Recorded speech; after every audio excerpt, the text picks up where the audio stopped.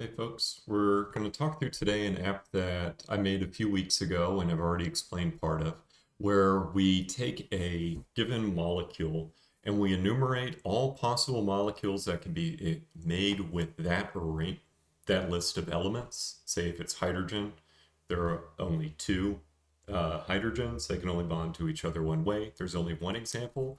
But with something like this hydrogen storage molecule, we can have billions of potential examples.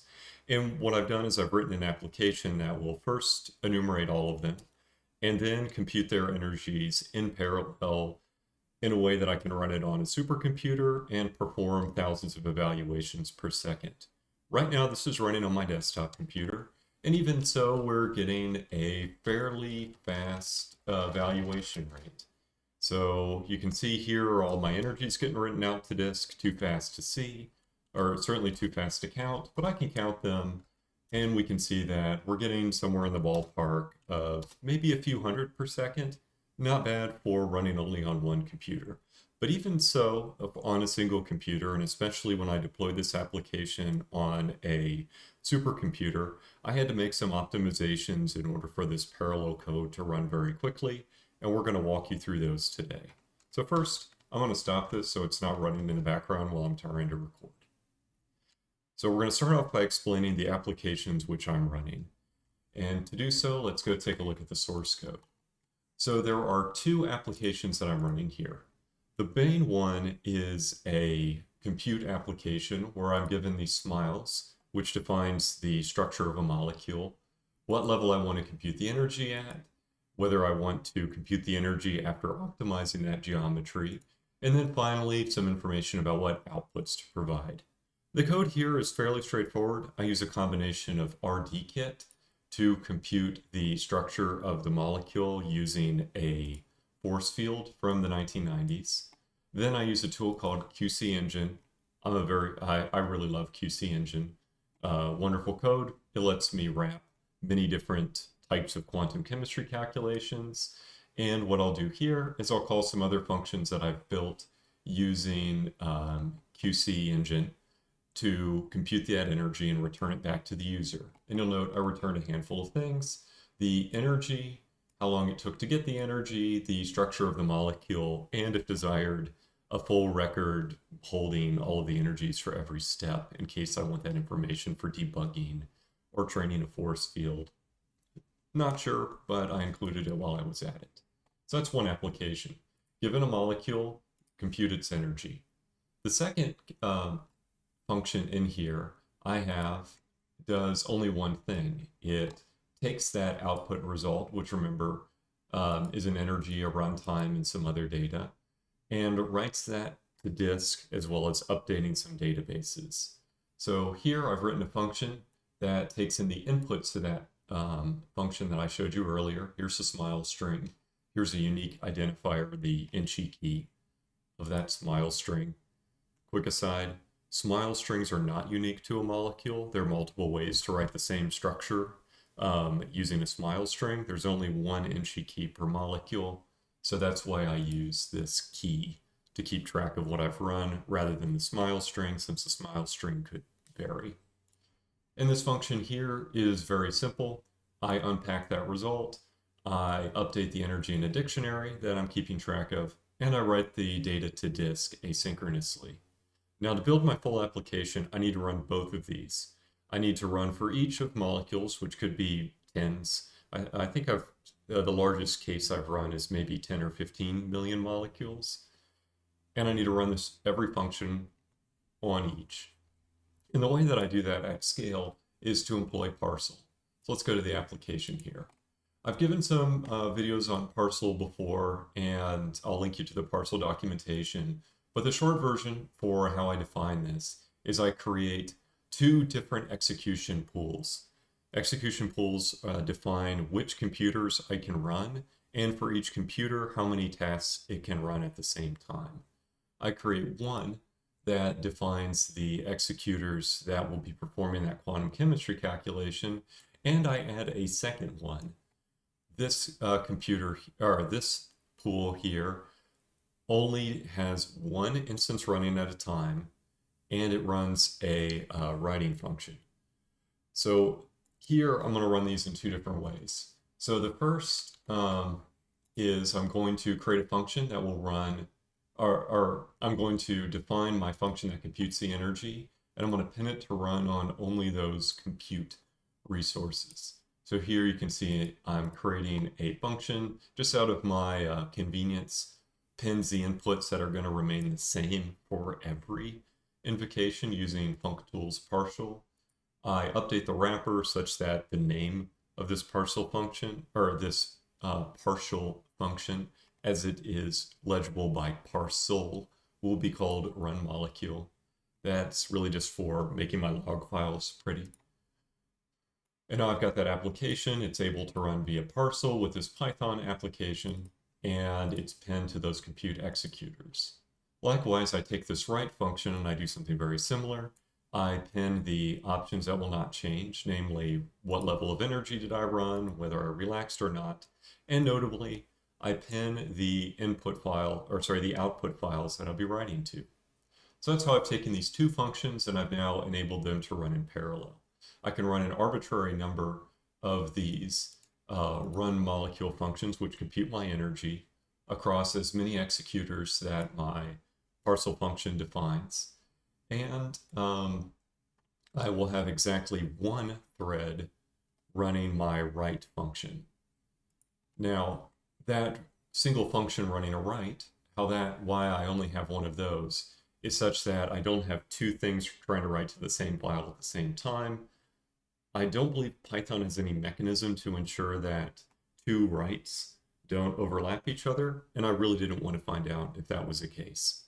That function is so cheap that because it's doing only I/O, I knew I didn't need to run more than one copy at a time in order to do so quickly. So I avoided parallelism just to save myself a potential learning curve later that I didn't want to know. All right, so here's how we run this function. I call the function if it wasn't available previously. So you can see here's my call to run it. It returns a future, which in Parsl means this is the link to the completed result once it finishes. And I pass that to my write application. You can see here our energy. If it's a future, I pass it to this application, write app, and I call result to wait until that write finishes. Then if you go back to my log file that I showed you earlier, let's go back up. You can see, yeah, I loaded no molecules. Here's where I got my target molecule energy of 30.5. So that's how that works. I've created my functions first. I created them as parallelizable function calls using Parsl's Python app decorator after, of course, pinning some inputs to them such that I don't have to remember what those inputs were. And after calling them, I call .result to break. And that's the basic function. Here I'm only running one at a time, but this pattern of call one function, then call the next one, and then wait for that final function to finish is what we're going to do, but just at a bigger scale using Parsl. And that's what this is here. You can see here I'm provided a whole list, well, not necessarily a list, but a stream of smile strings. I take them and I check if they have been run or not. If they have not been run yet, I call that write application. So you can see this here is happening inside of a for loop. So it will happen for as many molecules as we provide the function. It will run all of them. And then instead of waiting for an individual task to complete, I call this DFK, which is Parsl's internal process. And I wait for all of the tasks to finish. So same here, for loop, call one function, then the other. And that's what I need to do to run this in parallel. Now, to do this at a very large scale, I made a few optimizations. The first of which you might have noticed me skip over is the so-called semaphore. What a semaphore does is it ensures that only a finite number of execution threads are using a resource at the same time. Now, here I've defined a maximum number of runs that can happen in parallel, And when I submit a calculation, I acquire one of these. Now, the word acquire means that it's going to wait until that resource is available. If there are no tokens left, it is going to wait till one is available. If so, it will acquire a token that it will hold until some process says to release it. So here, let's say I'm running through a main execution loop for a molecule that I haven't run. I grab this token, I hold on to it until this result finishes, at which point I've added this callback that as soon as this result finishes, whether it was successfully or in error, it calls the release function, giving that token back. So what it means here is that this token will be held until the result finishes. There are only a finite number of tokens, so only a finite number of calculations can be running at the same time. This is a semaphore. It's from Python's threading library. I'll be linking it to you in the background or in the description of this video. So that's one optimization that I made. I ensured that a fixed number of calculations are allowed to be running at this time. This, of course, in theory, slows my scaling down. I'm not allowing the compute engine to have as many tasks available and be able to make decisions about how to run them in parallel. But this is something that allows me to be a good citizen on the supercomputer. It ensures that I don't have my steering process have a basically infinite or potentially infinite number of tasks running, leading to that Python process having basically a infinite amount of memory required. This semaphore keeps it finite. Not necessarily anything that increases my scaling ability, but something that helps be able to run this on a supercomputer and not bother the system administrators and make everyone's life worse. Now, what does help my parallelism is something that I have to go through and define in my execution environment. So here, actually, it doesn't look like I did it. So this would have been necessary if Parsl wasn't already fast enough. But one thing you can do with Parsl is you can tell each of its compute workers to hold a certain number of tasks in reserve, even if it can't execute them immediately.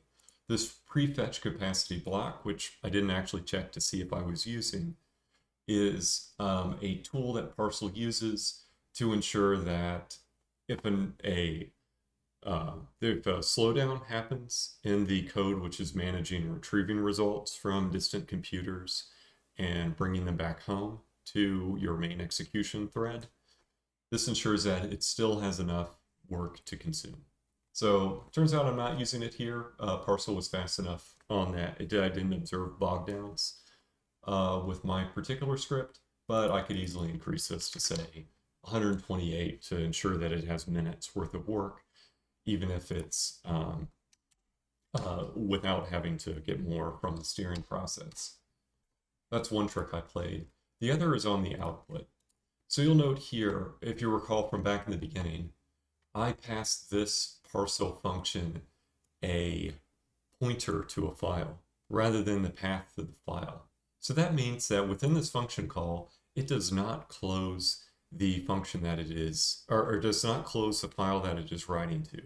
This allows two different opportunities for speed up. The first is that the operating system does not need to open and close the file each time I write something to it. That opening and closing themselves cost opportunity or cost time and therefore slow down my application. But additionally, it avoids using a useful feature of many operating systems and how they actually perform the writes.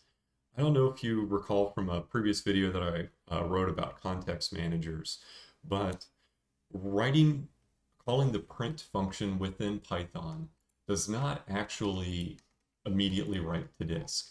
What it does instead is write to a buffer. And that buffer stays full of data until enough has been acquired to make writing efficient. So here, because I'm keeping the file open, I'm ensuring that that buffer doesn't get writ. It doesn't get written until it's reached that kind of efficient size.